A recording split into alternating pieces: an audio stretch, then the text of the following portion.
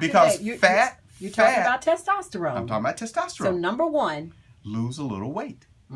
Because fat, actually, body fat think of it as an organ. It's an endocrine organ. And the endocrine organs are organs that produce hormones.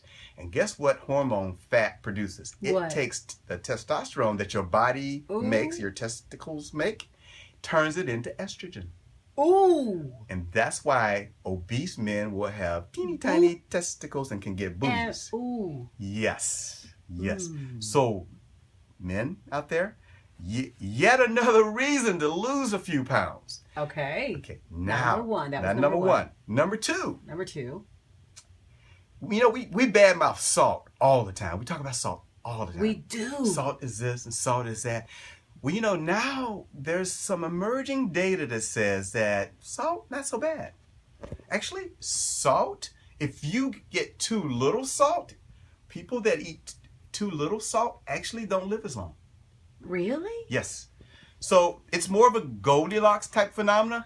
You don't want too much salt. You know, we're not talking about 4 and 5 grams of salt every day. That's too much. That's a ridiculous amount of salt. So but we're not talking about dropping your salt down to a bare bone. There are some people who will take anything to the extreme. So there are a few hardy souls out there that will make the really stringent, valid, heartfelt effort to reduce their sodium to the bare bones bottom number. Those people don't live as long. They have more heart disease. Wow. You need some salt. You need some salt. But guess what? The other white substance is killer. It turns out that sugar, refined sugar, it actually will cause a drop in your testosterone.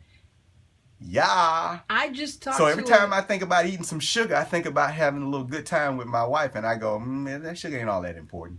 It's real easy for me to be motivated about. And we were just talking about when we first walked in, you said, well, you really have lost some weight. Yeah. I Cut back on the sugar? Oh, God. My kids talk about me so bad. And I didn't realize they were talking about me behind my back. They used to talk about how they hated when they were younger, when I would make lemonade. They said, you didn't put any sugar in it, hardly any sugar.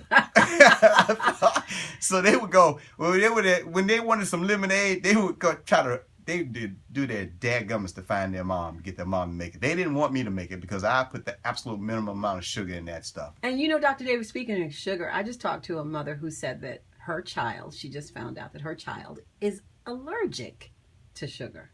Wow. Now that's a really special case.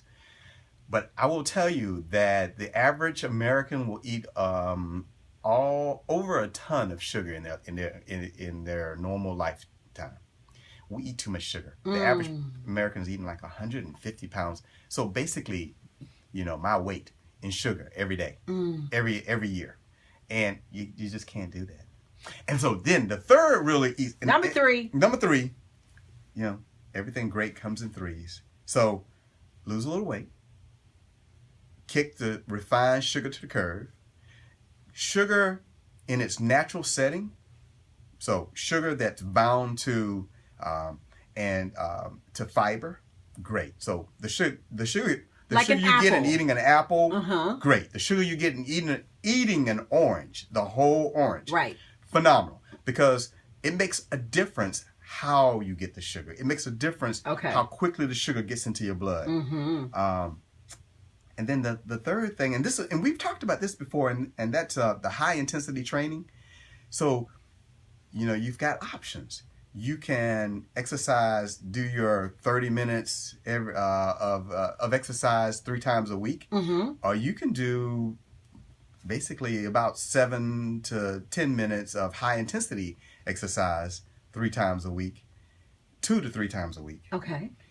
And what we're finding out is that actually you get a bigger boost in your testosterone from the high intensity exercise. So, I mean, this is the best case scenario you could ever imagine.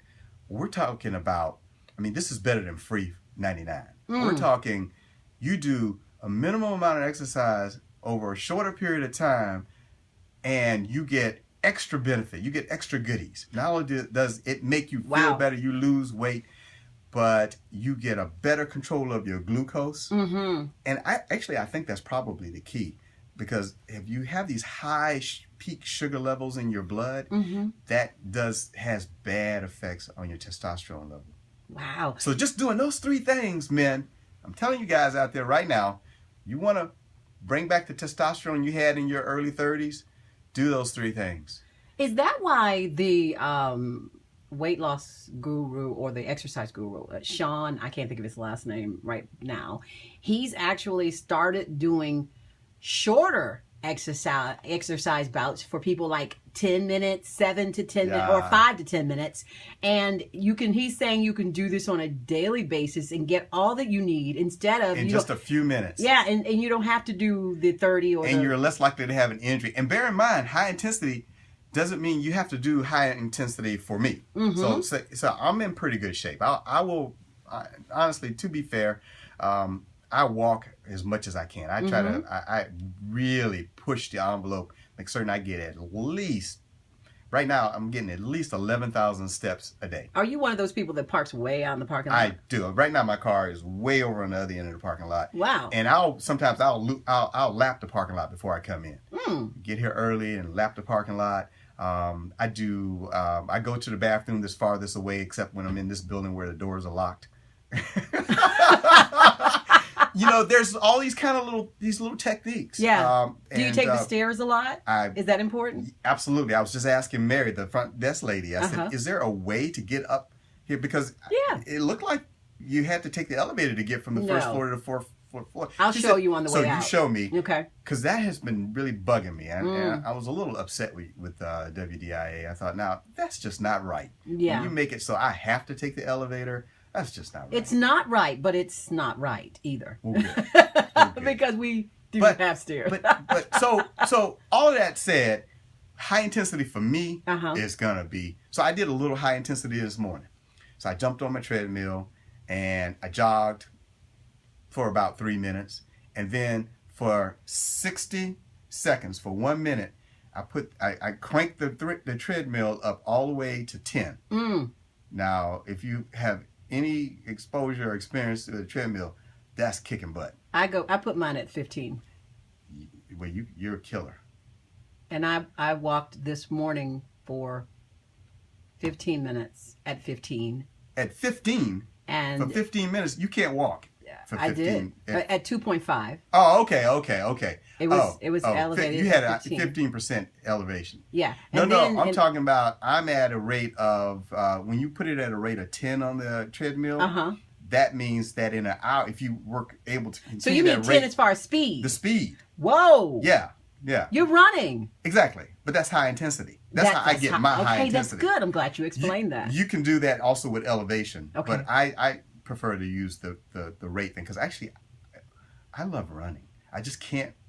We talked about the whole marathon thing. I can't do that. My knees, I shot my knees a long time ago. I did every bad thing you can imagine for my knees. And so they punish me from time to time. So I have to be very careful with them. Plus, you increase your likelihood of an injury if you run for long periods of time. Extended running. Okay. But, a minute at a rate of 10 miles per hour, and being very cognizant and mindful of my joints and my stride. Yeah. Very low likelihood of hurting myself doing that.